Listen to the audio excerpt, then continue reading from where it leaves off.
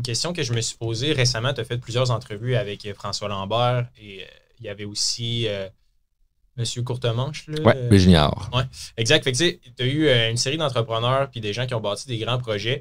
Est-ce que tu as découvert comme un trait de personnalité ou quelque chose qu'ils faisaient tous pour comme entreprendre des aussi gros projets puis avoir du succès financier, entre guillemets? Trait de personnalité, non, parce que tout le monde est différent. Puis, si tu regardes, mettons, tous les types de personnalités, je pense que n'importe qui peut réussir, dépendamment de son type de personnalité. Ce qui est plate, c'est quand quelqu'un prend juste les conseils ou écoute juste une personne qui dit, mais mettons, pour réussir dans la vie, il faut que tu sois hyper charismatique. Mais la personne qui est plus réservée, c'est qu'elle n'a pas le droit au succès. C'est complètement faux. Tu peux être introverti puis avoir beaucoup de succès si tu sais comment bien t'aligner aux autres, c'est comment bien déléguer certaines affaires que c'est moins dans ta zone de génie. Fait que je pense pas qu'il y a un trait de personnalité que tu fais comme « Ah, ça revient à 100%. » Par contre, ce que j'ai remarqué, c'est qu'ils ont tous fait face à l'adversité. Ils ont tous fait face à l'adversité, donc ils ont vécu tous des choses difficiles. J'ai personne que je connais, puis là, tu prends des gens, des entrevues que j'ai reçues, mais j'ai beaucoup plus de gens avec qui je parle qui ont des méga succès que j'ai pas en entrevue, que j'en ai fait en entrevue, mais ça arrive tout le temps, il n'y a personne que je connais qui a eu du succès et qui n'a pas vécu de l'adversité. Là, ce qui est drôle et ironique, c'est que la personne qui écoute présentement qui dit « Oh, mais moi, j'ai pas le succès que je mériterais d'avoir. Moi aussi, j'ai vécu de l'adversité. » Oh, mais t'as fait quoi avec ça? Peut-être que tu l'as tourné comme étant une tragédie ou étant une malchance. Les autres, ils ont rebondi avec ça ou ils ont juste laissé ça de côté ou ce que. Moi, j'ai raconté 1000 fois l'histoire de quand je me suis fait congédier, j'avais acheté ma première maison en même temps. Bon, les gens qui me connaissent cette histoire-là. Mais c'est une adversité. Qu'est-ce que j'en ai tiré de positif de ça? Ben, dans le premier 1 an, 2 ans, 3 ans, rien. Mais aujourd'hui, ma reconnaissance, c'est quand même une chance que j'ai été congédié parce que je ne serais pas ce que je suis présentement aujourd'hui. Donc, j'ai juste mis ça de côté. Mais je rencontre des gens qui sont comme « V'là 15 ans, mon ex! V'là 10 ans, mon boss! » C'est comme « Yeah, man, get over it. » Là. La vie envoie des défis à tout le monde. Fait que c'est ça que j'ai remarqué de ces gens-là qui ont du succès, c'est qu'ils ont juste passé par-dessus l'adversité. Ça, c'est quelque chose qui est vraiment universel. Après ça, on peut en jaser pendant tellement longtemps, mais rapidement, c'est quelque chose que j'ai remarqué. Sim, toi aussi, dans ton cas, je pense que tu as eu quand même beaucoup d'adversité dans ta vie. Est-ce que, on en parlait hier, là, tu sais, les gens, mettons, puis je sais pas toi si tu le vois aussi, mettons, dans les vidéos que tu fais, mais il y a comme 2 types de mentalités au Québec, puis il y en a une, je pense, qui est malheureusement un peu plus prépondérante, admettons, sur les réseaux sociaux, c'est celle un peu de la victime, entre guillemets. De genre, tu sais, je sais pas, Sim, on en parlait, mais il y a plein de gens dans notre entourage qui disent, tu sais, mettons, Sim, là, il vient de s'acheter une nouvelle maison, puis tu sais, ça grossit quand même assez vite notre projet, puis là, ils sont comme, tu sais, vous êtes vraiment chanceux. Mais je trouve ça un peu bizarre, puis je serais curieux de voir ta philosophie par rapport à ça, tu sais. Est-ce que quand tu débutais, tu avais plus une mentalité de victime ou tu as vraiment été quelqu'un de toujours « OK, non, c'est moi qui est responsable de mes propres actions ». C'est moi qui est responsable à 100% de ce qui se passe là, en ce moment au Québec. Là, on est dans le débat, là, puis voir qui c'est qui va rentrer en politique. Puis moi, je suis sincère en disant ça, peut-être que je me ferai pas d'amis, mais peu importe qui va rentrer au pouvoir, je pense pas que ça va changer quelque chose au niveau autant de mes finances. Même si quelqu'un dit « Ah, mais là, tel parti va charger plus d'impôts », ça va rien changer. Moi, je vais me revirer de bord, je vais challenger mes propres défis, mes propres problèmes. Puis il n'y a personne qui va venir chez nous m'aider à régler mes problèmes. Puis là, c'est un podcast qu'on parle de règle générale d'argent, mais on pourrait parler aussi relationnel, émotionnel. Je suis tout seul là-dedans. Il n'y a pas personne qui va venir en sauveur, en super-héros, venir tout régler ce qui se passe dans ma vie. Moi, je pense que justement, c'est le message de Drôlement Inspirant. C'est une des raisons pourquoi je suis désolé, mais moi, je pense sincèrement que ceux qui aiment Drôlement Inspirant, c'est des gagnants. Puis ceux qui n'aiment pas ça, mais c'est des perdants. Pas parce que je veux séparer les deux en disant non, toi, on est la gang des winners, mais c'est que si tu regardes, mettons, les mauvais commentaires ou les gens qui ne m'aiment pas, c'est des gens qui se positionnent en victime. J'ai rarement vu quelqu'un qui avait du succès dans sa vie, puis qui arrivait, puis du succès pas là, financier, là, du succès de règle générale, puis qui arrivait avec des bons arguments en disant Charles, j'aime pas ton discours parce que, crime, tu pousses les gens à avoir confiance, tu pousses les gens à être disciplinés, tu pousses les gens à aller atteindre leurs rêves. Il n'y a pas personne qui a réussi sa vie qui dit crime, ça là, c'est mal. Donc, c'est sûr que j'ai des vidéos où il y a 1000 commentaires négatifs, mais en privé, j'ai quand même 4-5 PDG ou célébrités au Québec qui m'envoient des DM en disant comme hey, faut que tu continues parce qu'on a besoin de toi. Puis je suis comme pourquoi toi tu t'exprimes pas? Ouais, mais c'est parce que tu sais, moi, je veux pas te perdre la face d'une façon publique. Mais go, toi, vas-y, on t'appuie, tu sais. Donc, c'est un peu là, comme le punching bag que je me fais fesser dedans, mais je suis prêt à ça. Pourquoi les gens, les célébrités, admettons, ils veulent pas en parler? Parce que ça a l'air fou, genre, de parler de ça, non? parce qu'ils ne veulent pas perdre leur nom d'un point de vue public. Là. Regarde n'importe qui là, qui arrive et qui dit. Tu sais, il y a longtemps, là, ça fait quand même plusieurs années, là, Grégory Charles avait parlé de l'école puis il disait comme quoi que c'était pas tant nécessaire. Il s'est fait défoncer la tronche. Bien de ceux qui s'expriment, on parle. Là, récemment, on est en septembre 2022. Guillaume Lemaitre-Vierge qui a fait une sortie, il s'est fait éclater. Il s'est fait. Et puis, par rapport à quoi déjà, Guillaume? Par rapport aux élections, il avait parlé du vaccin, etc. Bon, on rentrera pas dans ce débat-là. Mais je prends par exemple ce que je te disais juste avant. Moi, j'ai jamais voulu être connu dans le sens, j'ai jamais voulu être ma face sur les panneaux. Tu sais, mon Instagram est tout petit, puis il était privé, puis je voulais que ça reste comme ça. Puis bon, là, avec Liberté 45, ça se développe. Donc, oui, on commence à avoir une certaine popularité. Mais je l'ai dit déjà dans un podcast, mais des fois, ça vient te chercher. Tu sais, il y a des gens, des fois, qui commandent des choses, puis t'es comme... Oui, c'est pour ça que c'était une de mes questions que j'avais préparées aussi. Comment tu le vis, toi, le fait, puis les PDG, etc., c'est pour ça qu'ils le disent pas, parce que, même recevoir 1000 commentaires sur ta vidéo en disant que t'es un pas bon, puis que tu mérites pas ce que t'as, puis on va, tu sais, tous ces genres d'insultes-là, t'en as une, deux, c'est correct, mais quand t'en as 1000 qui se mettent à te commenter que t'es un cave, puis que t'es juste chanceux, puis que t'as pas travaillé, puis, tu sais, nous, c'est quand sur la vidéo, c'est, vous êtes les droitards, tu sais, donc les gars de droite, puis... Toi, comment tu le vis, ce genre? Ces gens-là, d'un, ne connaissent pas. C'est très drôle quand tu me dis ça parce que hier, je prenais une marche. Après souper, souvent, c'est ma petite routine. J'ai mes écouteurs, j'écoute des podcasts d'entrevue, je prends des notes sur le lendemain, qu'est-ce que je vais faire. Puis bref, c'est comme mon moment de méditation, mais je marche. Et je lisais les. Puis je fais ces temps-ci des sevrages médias sociaux, c'est-à-dire que je vais de moins en moins, moi, comme consommateur sur les plateformes parce que ça l'embourbe notre cerveau quand on commence à aller regarder tout ça. Pire, quand tu es un créateur de contenu, puis là, tu vois plein de commentaires. Si tu vois plein de bons commentaires, c'est addictif. Si tu vois plein de mauvais commentaires, c'est émotionnel, ça vient te chercher. Et là, quand tu vois plein de gens t'insulter pour une raison comme commune entre eux, tu as quasiment l'impression des fois qu'ils ont raison, tu sais, toi, tu as tort. Puis après ça, c'est même plus une question de qui a raison, qui a tort, c'est plus comme c'est quoi tes valeurs. Et je comprends qu'il y a la majorité des gens qui sont pas d'accord avec certains points que j'amène, mais ils me connaissent pas personnellement de un, puis ils n'ont pas toutes les nuances que j'aurais pas apportées, mais c'est une vidéo d'1 minute, puis je comprends tout ça, c'est comment les médias sociaux fonctionnent. Mais hier, pendant ma marche, j'étais en train de lire les mauvais commentaires sur une vidéo TikTok que j'ai faite dernièrement. Puis là, je lis ça, puis c'est juste du monde qui me déteste. Puis en même temps que je lis ça, il y a un char qui est à côté de moi. Le gars baisse sa fenêtre, puis il fait « Hey, Romain Inspirant, continue ce que tu fais, bonne journée. » C'est pas fini, là. Je continue à marcher, une gang de jeunes. « Hey, Romain Inspirant, j'aime trop tes vidéos. Hey, là, moi, je me suis trouvé un autre job, j'ai fait ci, on peut-tu avoir un selfie? » Je continue de marcher, Chris, à 2 rues de chez nous. Je croise un de mes clients, il a la casquette de Romain Inspirant sur la tête. Comme, en dedans de 1 heure, j'ai croisé plein de gens dans la vraie vie qui m'aiment, qui sont contents, qui me témoignent carrément que si j'ai un impact positif dans leur vie. Mais sur le numérique, il y a plein de gens qui n'étaient pas contents. C'est sûr que le téléphone rend les gens très courageux, les gens qui sont prêts à dire des choses probablement qu'ils ne diraient jamais dans la vraie vie. Mais après ça, je comprends que c'est super facile et c'est beaucoup plus émotionnellement.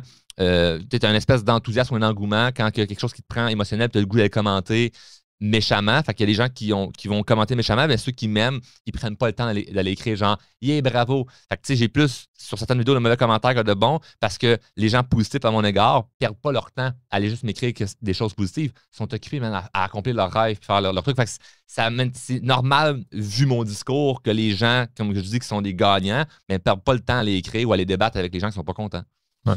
Au service à la clientèle, il y a une sorte de statistique qui dit un bon client va en parler à 3 personnes, mais un client pas satisfait à 10. va en parler à 10 personnes. Ouais. C'est un petit peu ça qu'on veut aussi. Tout à fait. Quand tu dis que les gens ne sont pas d'accord avec ce que tu dis, c'est quel genre de truc que tu te fais challenger? C'est sur n'importe quel truc que je peux amener puis que je suis comme catégorique sur mon opinion. Tu sais, comme là, je parle souvent de l'école. Dernièrement, j'ai fait une vidéo sur le système de la santé. J'ai fait. J'attaque des sujets qui sont évidemment comme challengeants puis que c'est comme t'es blanc ou t'es noir. Il faut que tu choisisses t'es quelle équipe, le blanc ou les noirs ou les rouges ou les bleus. Là. Donc, je me fais challenger là-dessus. Mais tu sais, ce qui est ironique, mettons, on prend le sujet école. Je fais plein de conférences dans les écoles. Les élèves, ils capotent quand j'arrive dans la salle, puis ils sont quand si drôlement inspirants. Les profs sont contents, la direction est contente. J'ai une directrice d'école vraiment me dit j'ai jamais vu des élèves autant contents de voir un conférencier à l'école. Comme waouh, il faudrait que tu fasses ça partout au Québec. J'ai dit j'ai pas le temps, mais j'en prends une fois de temps en temps, ça me fait plaisir. Ouais. Mais quand les gens m'écoutent, sur les plateformes, puis j'explique comment je vois le système, ils pensent que moi, mon discours, c'est juste comme que l'école, c'est de la merde, vas-y pas. Je me ferais pas inviter dans des écoles ou même là, des universités ou des cégeps avec mon discours qui est aligné à l'inspiration, à réaliser tes rêves. Puis maintenant, s'il y a des blocages là-dedans, il y a des nœuds, ben comment tu te défais de ça? Parce qu'après ça, à l'interne de notre business, c'est ce qu'on fait. On accompagne pour aide des gens. Fait que c'est sûr que vidéo d'une minute, le monde va attaquer ces sujets-là, ou l'argent, qui est comme... Je comprends pas pourquoi il y a du monde qui vous écoute, les boys. C'est pas censé être un sujet tabou, l'argent. Je pensais que le monde n'aimait pas ça, mais pourtant, je vois qu'il y a plein de gens qui vous écoutent et qui aiment ça. Moi, j'aime ce que vous faites, j'aime qu'on parle d'argent, mais à chaque fois que je m'exprime sur le sujet, c'est comme si il y a quelqu'un qui se sent attaqué, puis là, c'est « Oh, mais t'oublies que la majorité des gens gagnent 50 000 par année au Québec. » C'est comme « Ouais, mais c'est peut-être ça le problème. » Non, mais en fait, c'est ça le problème. C'est que les gens ne devraient pas gagner 50 000 par année. Ouais. Fait que là, c'est comme s'il fallait se rabaisser au niveau de la moyenne, puis dire « Je vais m'exprimer pour les gens, classe moyenne / pauvre, parce qu'à 50 000 par année, là, ça peut devenir difficile là, avec 2, 3 enfants, puis la maison, puis une maison. Comment t'achètes une maison avec 50 000 par année? Aujourd'hui, c'est rendu quasiment impossible. Donc moi, mon message n'est pas « Je parle pour les riches et contre les pauvres ». Non, c'est comme les gens sont pas supposés gagner 50 000 par année. Ils sont supposés gagner bien plus que ça. Puis là, je vais me faire challenger avec l'idée de « Ouais, mais là, il n'y a personne qui va travailler au McDo, oui, qui va travailler dans une shop. » C'est comme « Mais non, l'humain est intelligent, il va se réinventer, il va trouver d'autres façons. » Hey, avez-vous vécu ça dernièrement, une pandémie, où les commerces étaient fermés? Asti, on a utilisé quoi? Zoom, de la technologie, on s'est réinventé. Fait que c'est ça, peu importe ce qui va arriver. Fait que moi, c'est comme, je veux motiver les gens à pas faire de l'argent pour faire de l'argent, mais libère-toi financièrement, puis si tu as des grandes ambitions, il y a des moyens. Là. On est en Amérique du Nord, là, on n'est pas au Burkina Faso. Là. C'est ça, tu sais, Sim, on en parlait. Il y a tellement d'opportunités en ce moment, en 2022, que ça soit d'avoir un side project ou de se trouver un nouveau job. J'ai l'impression que... Puis, tu sais, pour répondre à ta question, tu sais, pourquoi les gens écoutent le podcast, je pense qu'on est, oui, un peu polémique parce que, genre, on crée... on parle d'argent qui est un sujet tabou. Fait que tout le monde qui écoute le podcast va probablement aller en enfer, genre. mais la réalité, c'est que, tu sais, je pense qu'il y a différentes avenues. Puis peu importe le chemin que tu as, tu sais, il y en a qui ont des rêves différents. Puis je pense que c'est correct. Tu sais, moi, mettons, je tripe aucunement ces voitures. Tu sais, Sim, c'est un fan de voitures. Genre, il connaît super ça. Puis j'ai l'impression que le fait de rendre ça un peu plus, genre, accessible à tous. Puis tu sais, quand on parle d'argent, puis d'autonomie financière, puis de liberté financière, je pense que c'est important de mettre de l'avant que, tu sais, peu importe ce que c'est pour toi, mais genre, that's fine. Puis je pense que c'est ça qui fait en sorte que le podcast comme, est plus accessible à un plus grand nombre parce que, tu sais, il y a du monde dans la communauté que c'est genre, c'est des hedge funds. Il y en a qui travaillent sur le trading floor, genre de la banque TD, où il y a des gens qui sont comme super frugalistes puis qu'eux, ils mettent de l'avant vraiment l'épargne. Tu sais, fait qu'il y a comme une espèce de mosaïque de personnes. Puis je pense que c'est ce qui fait la force un petit peu du podcast. C'est que genre, tu sais, moi, pis Sim, on est vraiment différents. Là. On a des backgrounds comme totalement différents. On a des parcours différents. Lui, il veut être planificateur financier, il étudie. Moi, j'ai pas de secondaire 5. C'est ça. Mais c'est bon, c'est ça qui fait une espèce de contraste puis qui peut amener plein de sujets où si vous êtes juste tous d'accord avec tout puis vous pensez vraiment de la même façon, ça limite aussi les discussions. Là, donc, Hubert pense que tout le monde peut être riche. Moi, je pense que c'est pas toi, t'en penses quoi? Tu penses que c'est possible? Moi, mettons, c'est midi, il y a des gens qui sont là, lâches, entre guillemets, dans le sens que la discipline, ça s'apprend, mais à une certaine limite. Là. Je pense qu'il y a des gens qui naissent plus disciplinés avec leur parcours, leur background, leur histoire. Toi, dans ton contexte, je serais curieux de savoir, est-ce que tu penses que tout le monde peut changer pour le mieux puis tout le monde peut devenir autonome financièrement? Ben, mon opinion est biaisée là-dessus parce que je suis parti, entre guillemets, de rien puis j'ai bâti quelque chose aujourd'hui dont je suis fier. Fait que ça serait facile de dire tout le monde peut réussir! Ouais. Mais en même temps, c'est sûr que là, c'est parce que si tu prends vraiment d'un point de vue macro, l'ensemble de la population, tu t'embarques là-dedans qui est les gens qui ont des problèmes de maladie de santé, la maladie mentale, t'embarques tout ça. C'est comme, il y a des gens qui sont dans la rue puis qui en sortiront jamais de la rue, peu importe à quel point tu veux leur faire écouter du Tony Robbins. Là. C'est comme... Je modifie la question avec vas-y. À 15-16 ans, est-ce que tu savais... Parce que moi, c'était ma situation. Moi, à 15-16 ans, je savais que j'étais pas né pour faire du 8 à 5. Et les gens, je le disais la fois passée sur notre podcast, les gens me disaient, tu vas faire quoi plus tard? Je dis, je le sais pas, mais je sais que je ferai pas une job normale. Moi, je le disais quand j'étais gamin, à 18-19 ans, je disais, à 30 ans, je suis millionnaire. À 30 ans, je suis millionnaire. Je me suis toujours dit, mais j'ai fait les efforts pour le faire. Toi, est-ce qu'à 15-16 ou plus jeune ou plus vieux, est-ce que tu le savais que tu avais quelque chose en toi qui était différent versus tes amis, tes connaissances, ta famille, ou c'est juste venu... T'as eu une idée puis t'es comme ok, c'est... C'est une excellente question. Moi, toute mon enfance, j'avais pas confiance en moi, je m'aimais pas. Je pensais que j'étais vraiment moins moins bon que les autres, même que je pensais que j'étais moins intelligent parce que je vivais beaucoup de l'impuissance apprise. Ça, ce que c'est l'impuissance apprise, c'est que si tu... Je donne un exemple. Ouais, tu peux te renseigner sur ce sujet-là.